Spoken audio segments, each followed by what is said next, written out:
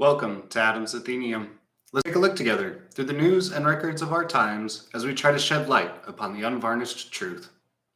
Thanks for coming back to listen to this episode where I thought we needed to talk about the ministry of truth. Joseph Biden and his regime have instituted a ministry of truth to be headed by none other than Nina Jankowicz. Now this ministry of truth, I'm sure one day, will eventually lead to re-education camps for those of us on the right who just can't seem to get our stuff together.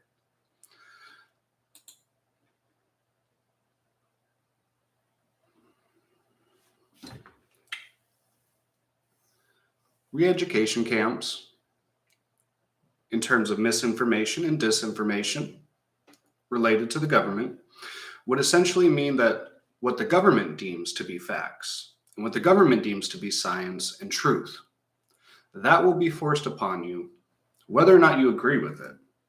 You will be made to repeat false data, false facts, false science, false truths, until you have repeated them enough that in your own mind, they become true. If you repeat a lie often enough, it becomes true in the minds of society. I would like to go ahead and remind you that Nina Jankowicz, who is going to be the head of this new Ministry of Truth, she treated the Steele dossier involving alleged Trump and Russia collusion as fact, whereas it has since been proven to be false Russian misinformation.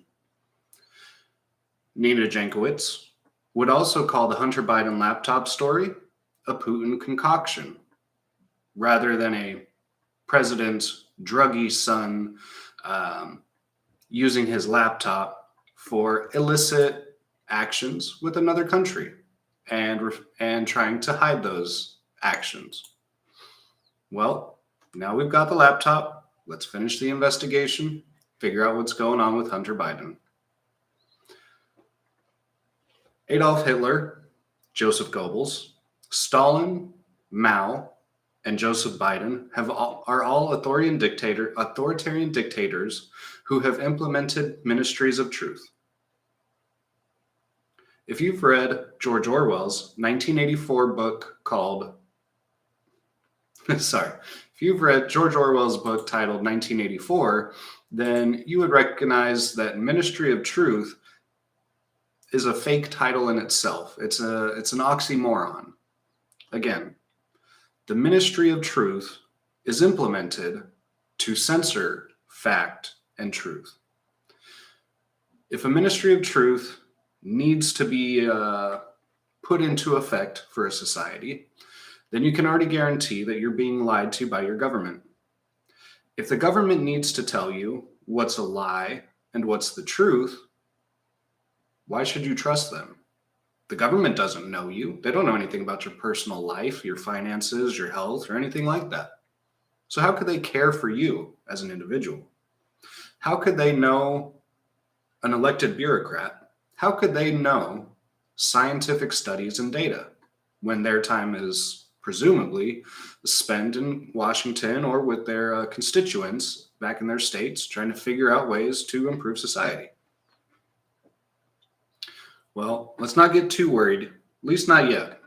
From a user on TikTok called Judge Knapp, he says, this Ministry of Truth, it's not established in law.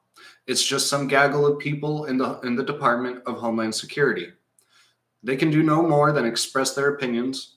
They can't write rules. They can't prosecute people. You can challenge them. You can disagree with them. And you can say whatever the hell you want about them.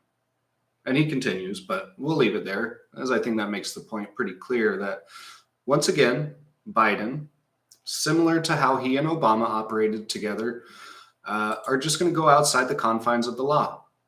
If Congress and the law doesn't work with what the left wants or what the presidency of the leftist regime wants, they're just going to do it anyway. Consequences be damned. And I mean, I have to give it to Biden and the Democrats. At least they're willing to do something. Consequences be damned. Republicans are just sitting back and letting our rights, our freedoms, our Constitution, our institutions just be trampled on. And now we're at the point where the government has so much power that they think they can dictate to us what is truth and what is lies.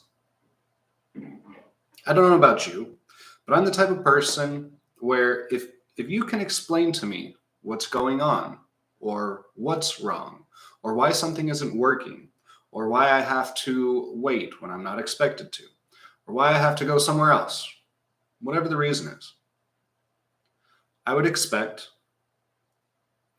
that most other people would be kind of like me. As long as you can reasonably explain to me why, I can judge for myself.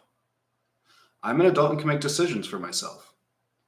I may not be an expert in any particular matter of life, but I'm an expert about my life, about my health, about my finances, about my situation in life with my house, my rent, my car, my bills. The government doesn't know a damn thing about any of that. The only thing the government knows about me is what I've signed my name and social security number to. The only thing the government knows about me is that they're collecting my tax money and using it on things that I fundamentally and religiously don't agree with. If there was a way to not pay taxes legally because you firmly, morally, and spiritually, and even constitutionally oppose what your taxes are being used for, how do you not contribute? How do you make your voice heard? Why should I give the government money to destroy America, to destroy our rights and freedoms? Why should I give them my money to do that? I shouldn't. I don't think that's right. Now, I don't have a safe and legal answer as to what to try to give any advice, but I have a serious question. How do we deal with that? The government wants to send something like $33 billion more worth of military equipment to Ukraine, but doesn't want to fully commit to a war over there. Fine, I don't want to send soldiers over there either. However, if we're going to send money, you are taking that from me, from my paycheck. You refuse, Joe Biden, you refuse to open the gas and oil pipelines, and because of that, the gas prices are raised, and my gas tank and my bills suffer because of that. So thanks, Joe Biden. I appreciate you really helping out the economy. I appreciate the fact that you decided to open up the strategic national oil stockpile to help us with our gas prices. Apparently, you're too daft of a bimbo to understand that the strategic national oil stockpile is to be saved and used in a time of war. Meaning, in a time of war, our planes, our tanks, our ships, and tons of other military vehicles and equipment are going to need oil and gas and fuel to perform their jobs and their missions. So, just so you can keep your poll points up as much as you can, and just because it's an election season, you decide to try and, I guess you could say, you try to help the American people by tapping into the oil reserves. So sure, gas prices go down by 10, 20, maybe 30 cents for a couple weeks, and then they start to climb back up again. Why? Well, because you refuse to allow Americans to work. You'd rather buy oil from our enemies, and I don't support that. But I do have to support it when I buy gas because I pay a gas tax. So again, how can we avoid paying taxes? How can we tell the government I refuse to pay taxes until you go back to the Constitution, until you go back to freedom and the American way of life and each and every human being being born with rights that the government cannot dictate, rule over, change, or take away from? No taxation without representation. Am I right? I don't feel adequately represented by Congress, by the Senate, by the presidency. Do you? A ministry of truth. because apparently we're too dumb to tell truth from lies. Now, I know many people out there would rather stand in a long line to hear 1,000 pleasant truths. I'm the guy that waits outside the line to hear that one ugly truth, the one hard truth that's going to send shivers down your spine. I don't need 1,000 pleasant lies to get by through my day. I want to know what's actually happening. And if people are lying to me about what's actually happening, I'm going to go figure out the answer for myself. I'm going to dig on YouTube. I'm going to go through news sites. I'm going to go through news articles. I'm going to go through magazines. I'll go through TikTok if I have to find another opinion, another perspective, another version of the story that's being put out there. I can judge for myself, Joe Biden, whether or not something is true. I can go to the experts that I trust, and I can listen to their opinion and decide for myself whether I trust them or not. And I may not trust them. And guess what? I have a right and an obligation as a free citizen, if I don't like something or someone, to ignore them. If I can't get along with someone, I don't need to cause mayhem and destruction in their life. I just need to walk away. I don't need them in my life. They don't need me in theirs. I don't need to give them any of my time or my air.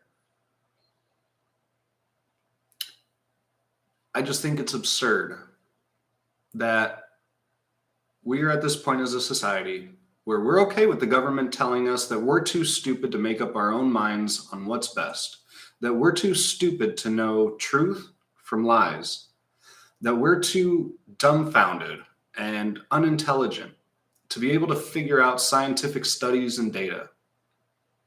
They think that we're too uneducated to be able to figure out how to use the internet and look up things for ourselves and learn for ourselves. So I would challenge you, learn what you can. Learn your rights, learn the Constitution. If you don't respect it and if you don't like it, please leave. America doesn't need people like you. America needs people that love this country. America needs people who speak the truth, or at a minimum, don't lie, as Dr. Jordan Peterson would say. So to start wrapping this up, Ministry of Truth. Straight out of George Orwell's book, 1984. It's amazing. It's amazing to watch fiction come to life. It's amazing to watch America deteriorate and its citizens just let it happen. And I get it. It's my fault too. I haven't made my stand. I haven't died on any particular hill yet. So I've got my faults too. Where is our line? How much more are we going to take? When are we going to remember what our rights and freedoms are? And when are we going to stand for them? When are we going to remind the government that they cannot take away our rights? Our rights were given to us by God. And the Constitution is there to remind the government that they do not give us rights, that we have rights that must be respected and cannot be trampled on. Again, I appreciate you all coming here. It's been great talking to everyone. And as always, please come back because I post videos once a week, generally on Thursdays, but I'm trying to get a little more experience on YouTube. So this is my first trial at a live session. If I need some work, please give some positive or constructive feedback in the comment section. I love to hear it. I love to know how I can help make content that you would enjoy to watch more. If you feel like this message needs to be heard by any one of your friends or family, please feel free to share it. And as always, I'll see you here next week.